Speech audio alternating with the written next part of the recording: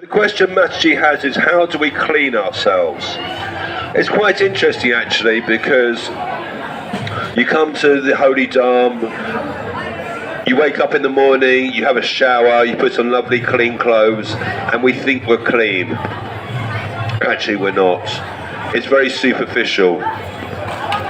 It's like cleaning the outsides of your car and never cleaning the inside of your car. Yes? It's like cleaning the outside of the cupboards and not cleaning the inside of the cupboards. So what the Lord is teaching us is that we need to go inwards. At the moment, living in the material world, we tend to go outwards. We tend to want to buy things or go to places or have things because we think that's going to help us. But actually, it's futile, because whatever moment you have of happiness, it goes. You could buy a lovely new sari or new dress. You wear it 2 or 3 times, you get bored of it. And you think, I guess another one now. Your friend here gets a brand new mobile phone, and the first thought is, I guess a new phone as well. But all these things are artificial. The only way to clean ourselves and feel purer is to go inwards. And the only way inwards, we're in Kali-Yuga now, is through the holy name. Hare Krishna, Krishna Krishna, Hare Hare, Hare Rama, Rama Rama, Hare Hare. Now, the Maha Mantra, Maha means great, mantra, isn't just a mantra. It's more than just a mantra. It's a purification process. Now, the best way I can describe it is this. If I emptied my body of all the fluids, it would be a very grimy colour if I put it in a cup. And I can't see through it, it's very thick and gungy. Now, if I pour a little bit of pure water into the cup, slowly but surely, it'll get a little bit clearer, a little bit clearer, a little bit clearer.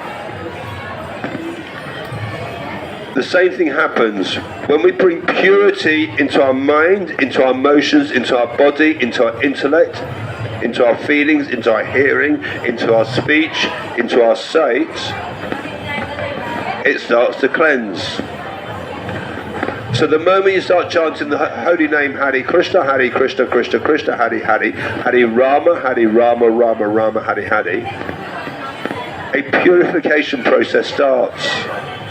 And it starts to clean you, and all of a sudden you start to think differently. You start to feel differently. You start to do things differently. And the same thing happens when you read the Bhagavad Gita. You see, when you go into the temple, you see Lord Krishna. It's beautiful. You see him in stone form, yes? This book isn't just a book about Lord Krishna and Arjuna. It's not a book just about a battle in Kurukshetra. This actually is the Lord himself in word form. It is no different to you going inside the temple and praying to the Lord in stone form. It's non-different.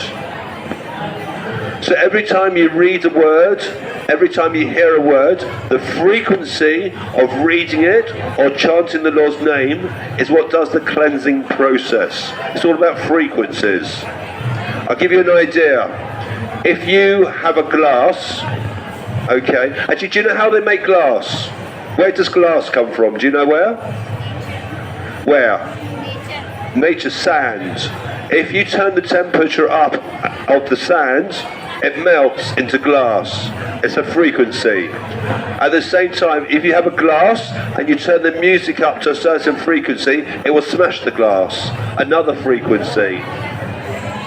In the same way, you read the Bhagavad Gita as it is by Srila Prabhupada, or you chant the Lord's name, Hare Krishna, Krishna Krishna, Hare Hare, Hare Rama, Rama Rama, Hare Hare. The frequency starts to cleanse us. And it's beautiful. And do you know why it's so beautiful? Is it happens in the background.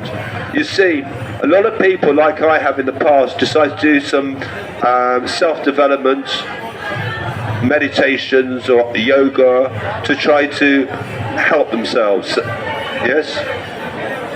But the way the Lord works is this. Everything that we tend to do in life, like meditation, yoga, and there's lots of other techniques. You can do the psychotherapy, you can do lots of different things, astrology. They're all about helping you. But this is where we go wrong. We're still looking after ourselves and forgetting about the Lord. When you chant the Lord's name, we're serving the Lord.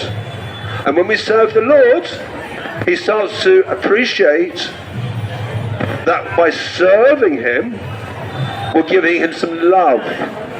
We're expressing love. So when we chant the Lord's name, we're chanting out of love. When we read the Lord's name, out of love.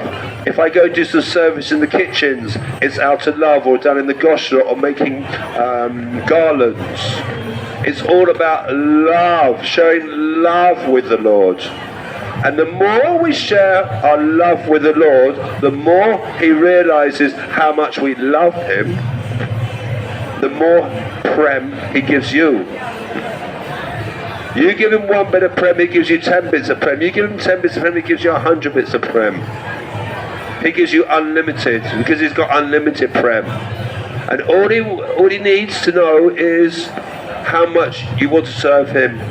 He doesn't need it, actually needs the wrong word. But when you express it, he realizes how much you do love him. But unfortunately in life, we spend very little time. Sometimes we might spend 5 or 10 minutes in the morning doing puja or arati, and we think we've done what we need to do for the day, and we get on with our day. But we're very so wrong, because the whole of your day is about the Lord. Whether you go to study, he's the one who made it possible for you to go to the college or school. Or whether you have a job, he's the one who got you a job. He's the one who provided your equipment that you use. Everything you eat, everything you drink, everything you hear, everything you see is the Lord. So if we start to realize and appreciate that the Lord has given you everything, your dresses, your jewelry, your makeup, what you're wearing now, all your possessions, everything is by the Lord's arrangement. So if we start to just share that bit of love, I mean, let's put it this way. Are you in a relationship? At some point you might get married in life, okay? If you love the Lord, how much do you love the Lord? Infinity? Okay. Now, if you just spend a few minutes with the Lord every day, and you think that's enough, now, if you got married, and you spend a few minutes with your husband every day, what would you say? Go, not good enough for me. He wants your entire love. Your husband wants your entire love. But meanwhile, he's just come into your life later. But the Lord's given you everything. Should we not be giving everything to the Lord? Or at least a big chunk of our life to the Lord to say thank you. So those 5 or 10 minutes actually is very small in comparison to actually thinking about the Lord, appreciating the Lord, giving something to the Lord, serving the Lord in our day-to-day life. And it's beautiful. And if we can't serve the Lord, maybe we can serve society. Maybe we could do some charity. What type of job do you do? I am a student currently, but I am a tutor. You're a student and a tutor. What subject? I am an English tutor. Sorry? English literature. English literature. Okay. Now, I know in some of the villages there are some very illiterate people, and I've met them. They come here into the mandir, and they come to chant the Maha Mantra, but they don't know how to read it. And I spend time with a lot of literate people. From your heart, for no Lakshmi, you can go to a small village once a week and teach people how to read, so that they can have an equal opportunity with other people and not be so disadvantaged in life. And that's how you can serve the community, serve society. You still do your studies, you still do your job to pay for your bills in life and look after family, but by serving through the community from your heart is a selfless act. And this is another way of purification. The more selfless things you do, the more you purify yourself. The more selfish things we do, the more grime we build up inside us. So we're countering the cleansing process. The cleansing process is serving the Lord, serving society, serving the community, and being selfless. And then you'll start to clean yourself. I'm going through the process myself at the moment. I've still got so much to do, because it's not just now, it's my past and my past lives. I've got a lot of work to do. But what I can say to you is, I'm noticing the difference. I'm thinking differently. I'm behaving differently. I'm acting differently. I'm caring differently. I'm loving more differently. I'm being more mindful, more kindful, more tolerant, more acceptable. I'm not perfect by any means. I've still got so much. But that little bit grows and grows and grows. And that little spark of energy, which is the potency of the Lord inside us, that little spark gets stronger and stronger the more we serve the Lord, the more we serve society, and the better person we become. And that's what the Lord is giving us the ambition of, to become a better version of ourselves. And all we've got to do is make the Lord the center of our lives and start to cleanse ourselves, decontaminate ourselves, and realize life in the material world is very mundane, it's very harsh, and we can become a better person. And the more better person we become, the more cleansed person we become, the more pure person we become, the more pure and cleansed person we attract around us. And then we can become an influencer in community as well. So you teach. Therefore, you can, by being a teacher, it's very important. My children, when they were young, when they were at school, said they only liked the subject if they liked their teacher. If they didn't like the teacher, they didn't like the subject. So we have to be a good example. We can't tell people what to do if we don't do it ourselves. So we need to purify ourselves, or start the process in order to be able to help others. Once you graduate from college and you become a full-time teacher, then you have a big burden of responsibility to look after children. Because in this day and age, in Kali-Yuga, it's a harsh life. A very harsh life, particularly their distractions, particularly social media. They're going to go through a lot of hardship, and it's all going to take them away from the Lord, because it's so easy to spend time on the phone getting lost and lost and lost.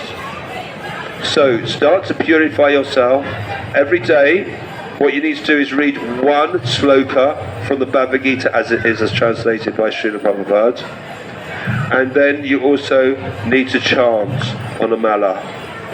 Hare Krishna, Hare Krishna, Krishna Krishna, Hare Hare. Hare Rama, Hare Rama, Rama Rama, Hare Hare. Hare Krishna, Hare Krishna, Krishna Krishna, Hare Hare. Hare Rama, Hare Rama, Rama Rama, Hare Hare. And through that is the starting point.